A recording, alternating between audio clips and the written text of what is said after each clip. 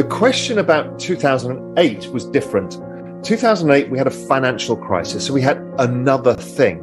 It wasn't just the economy slowing down, but we had something much worse. And 2001 was much worse. We had the biggest stock market bubble in history that unwound. This time around, I'm struggling to see what that big thing is. Yes, we've had inflation, which is different to the prior cycles, but inflation is also driven by the business cycle and it should come down over time. So I don't see the really terrifying outcome. Of course, some companies might go bust.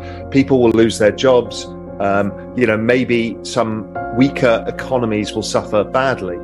But generally speaking, I'm not picking up, oh my God, we've got a debt crisis coming or something really bad. So I think it is different. And so a lot of people are expecting the next leg down. Is this going to cause the crash? I mean, the market's already down. I mean, the Nasdaq's down 27%. It was down 35% or so. It's pretty much crashed once already, but people are like, can it go down 50%? Because they look back at 2008 and 2001 and said, see, it can do that. When you go back to other recessions like 1990, it was a 20% correction. In fact, even when the Volcker years, the famous time when Paul Volcker was raising interest rates and slaying inflation, the market fell 27%. So it wasn't the big one, but 1974, it fell 50%. So we don't know whether it's a 50% sell-off, which is usually driven by something much worse, or something around 30%, which is roughly what's priced in right now. I'm erring to the 30%, so i.e. the risk reward is looking more attractive than if we were in 2008, where we had something much worse going on. If you're young, the single best risk reward is crypto, because it's the only market that goes up 10, 20, 50x, while the stock market may double, may go up 200% over the next 5 years, but crypto market does a lot more. So if your aim is to take risks to accumulate wealth, then crypto. I prefer crypto as a bet because I think it has a better risk reward than other markets. But you have to suffer these drawdowns, and a lot of crypto is down 60, 65%. But if you're less risk-seeking, you might just want to buy equities. If you're slightly more risk-seeking in equities, you might want to buy technology stocks, because technology is not going away. I mean, the rise of everything from AI to robotics to EV to space travel to everything is all happening at the same time. We've got this huge inflection point. So clearly that's going to be something that's probably going to generate a lot of profits over time. So I think it depends where you want to be on the risk curve. Some people like physical things, so they like to own stuff like oil companies, because there's not enough oil being produced currently for world demand. So maybe over the next 2 or 3 years that does well, but those stocks tend to be mean reverting, i.e. they kind of just go in cycles. They're not the buy and hold that technology can be or crypto can be. So I prefer technology and crypto overall. And I've been adding because we're at that point where the economic inflection point is going to change, and that tends to be quite good for crypto. So I don't expect everybody to do that, because liquid net worth is different to entire net worth. I've got houses that I don't have mortgages on, I have an income. So the amount of risk I'm taking is actually not as big as it sounds. And first time around 2013, it was significantly less because it was riskier. We didn't know, was this technology going to survive? Was it going to be banned? All of the questions that have now mainly been resolved, we didn't know that back then. It's like, here's a bet. I think I wrote the first ever macro strategy piece on Bitcoin in 2013, and I said it was $200 at the time. I said, listen, if we value it like gold, it could be worth $1 million. So let's assume I'm an idiot and discount myself by 90%. Still worth 100 grand, and therefore at $200 with the upside, you could lose all your money, but the upside was 100,000. I'm like, this is the best risk reward I've ever seen in my entire life, and the best one any of us will ever be given. And that actually proved out to be the case. Back then, this was pre-Real Vision. So this was when I was writing, and I still write to this day, Global Macro Investor, my institutional research. I think people either ignored it or thought this is interesting, and people got involved. Because our job is to look for really interesting opportunities that other people haven't seen. So a lot of people weren't so skeptical. The skepticism came later. in about 2017 when retail investors got involved. And then a lot of people didn't like it because the returns had been so big. They're like, at all times, it's a bubble, because they didn't understand how this kind of very powerful technology worked.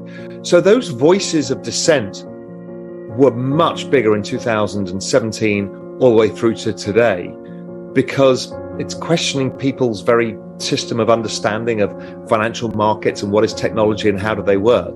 They kind of think it's crazy that a bunch of us are happy to see the market go down 70% and think that's normal and then go up 20x. They don't see those kind of things, so they don't understand it, so they're kind of fearful of it. But in the early days, people were much more like, this is interesting. Much like we're observing the rise of AI or what Elon Musk is doing in space. They're like, it's interesting. But when it becomes a big thing, they all go, no, this is crazy. The hard thing about the crypto ecosystem is there is so much happening all at the same time. I mean, they've just raised $60 billion in venture capital and everybody's building out projects, whether it's lending markets, financial markets on DeFi, whether it's putting traditional financial markets onto blockchain rails, whether it's putting real estate onto blockchain, whether it's building, doing really interesting things with NFTs, such as ticketing. So we're seeing Ticketmaster has issued 10 million NFTs, the largest NFT issuer in the world. That's going on. We've seen Solana building a phone which integrates all Web3 in your wallets. You've seen, there's literally almost too much to keep on top of. So, how do you pass through all of that excessive information? You start looking, okay, what are the main chains that the activity takes place on? And the main place is Ethereum, and then places like Solana, Avalanche, Polkadot, and a few others. So that's how you kind of filter down. You see all of this stuff going on. You're like, oh, this is overwhelming. But then the great thing is what platforms they're being built on, and then we can invest in the underlying platforms. We've always been very Web3 forward. We've got an NFT community, and we're building out a whole bunch of Web3 things. Stuff like crowdsourced tokenized trading, where the crowd chooses the portfolio allocation and you can invest along with all the Real Vision members. But we also realized maybe 2 years ago that the metaverse was the future of all websites and experiences.